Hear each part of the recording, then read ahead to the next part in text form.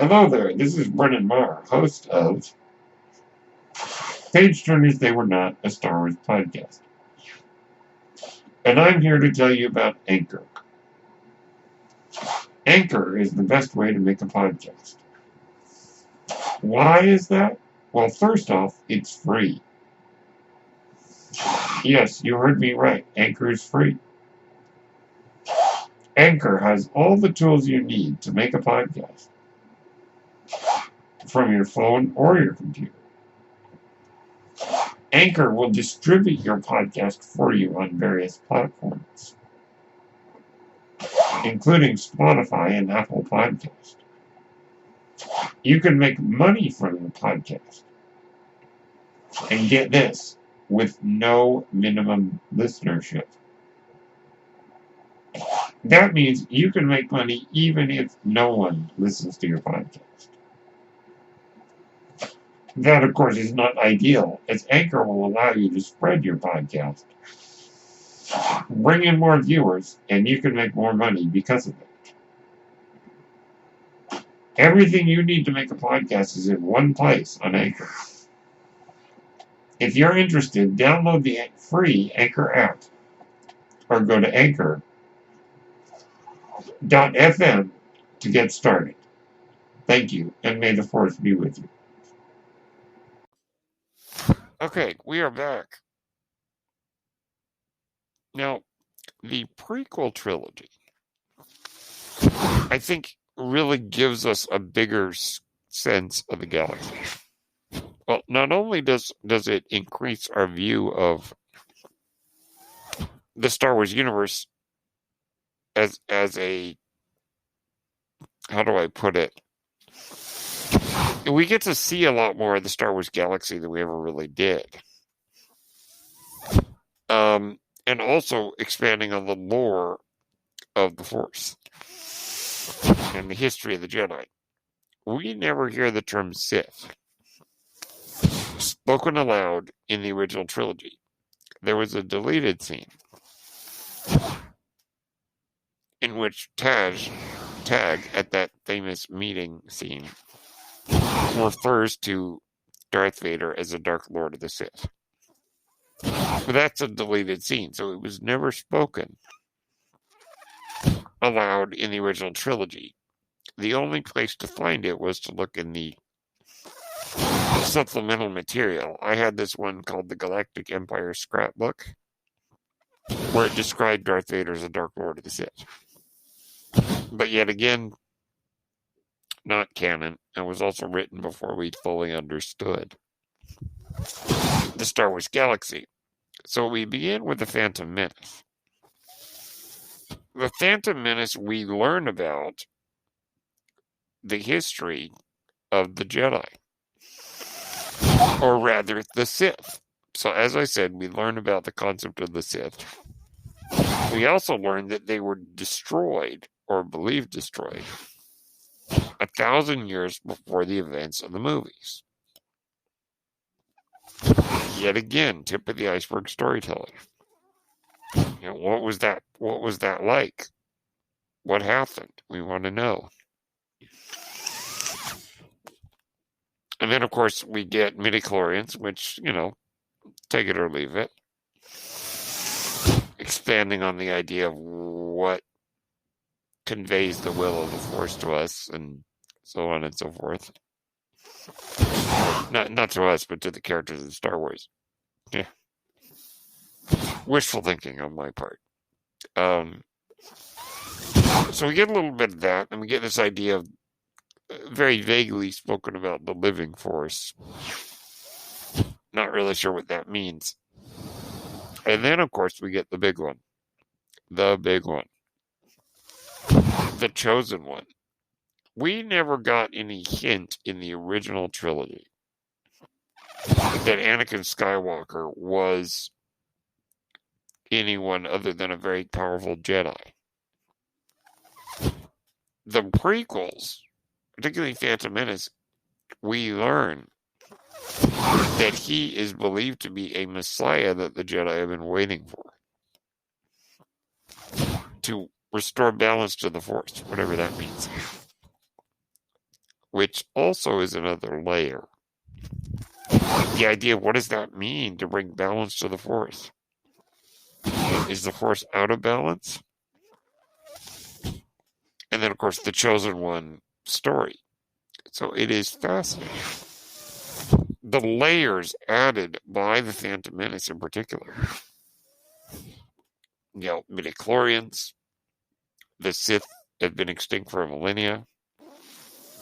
The rule of two, which is later explained by Yoda. The Chosen One,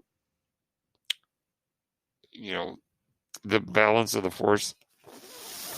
We really get quite a list, just in the Phantom Menace alone, of new ideas that really expand our understanding of the lore of Star Wars, particularly the lore of the Force.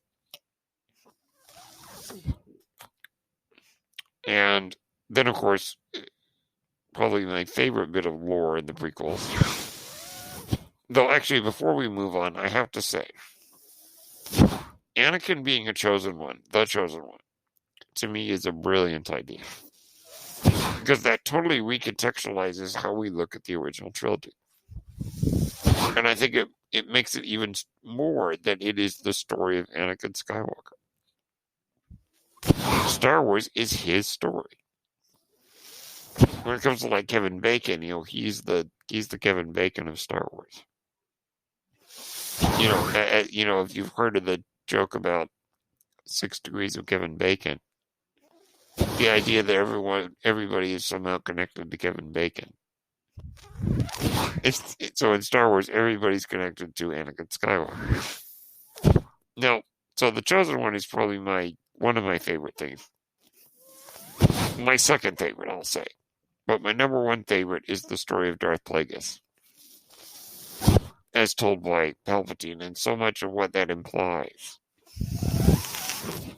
And of course, now we know from The Rise of Skywalker, it's likely that, Palpatine used a bit of what he learned from Plagueis to save himself. So we get that. And all those things. And it's just amazing just how expansive we get with the Force. The idea that Palpatine is using the Shroud of the Dark Side to basically block the Jedi from being able to see what's going on around them. And we see that the Jedi as an institution are starting to fall apart, as is the Republic. So we get all these things that are just utterly fantastic. Now, we could go on about what the sequels add to the mix. There's not really a lot that they necessarily add other than, the Jedi texts, which, by the way, Rey did not destroy. Or rather, Yoda did not destroy. Rey saved those texts. As we see in The Rise of Skywalker, she has them with her. And this idea of Palpatine's spirit enduring and Exegol and all those things. So we could talk a lot about what's introduced in the sequels, but I think that what is most interesting is how the prequel trilogy really, really expands our understanding of the Star Wars universe, and it sticks with us even to this day. As they like to say at Force Center, that there's so much that people might rag on the prequels about. I don't like this and boo, and that sucks. Well, there's so much that they might reference or that they might understand of Star Wars that did not come around until the prequels. Oh, and by the way, the prequels also let us know that Palpatine is a Sith Lord. And that Darth is a title and not a name, which is also a little interesting. Well, we didn't really get that, and we didn't really know that Palpatine was a Sith Lord until the prequels. So it's really some extraordinary things that are added that I love, because it really adds to the mix of understanding the lore of the Force. one final thing before we go, and that's the cartoons. Star Wars Rebels and Star Wars The Clone Wars, which are canon,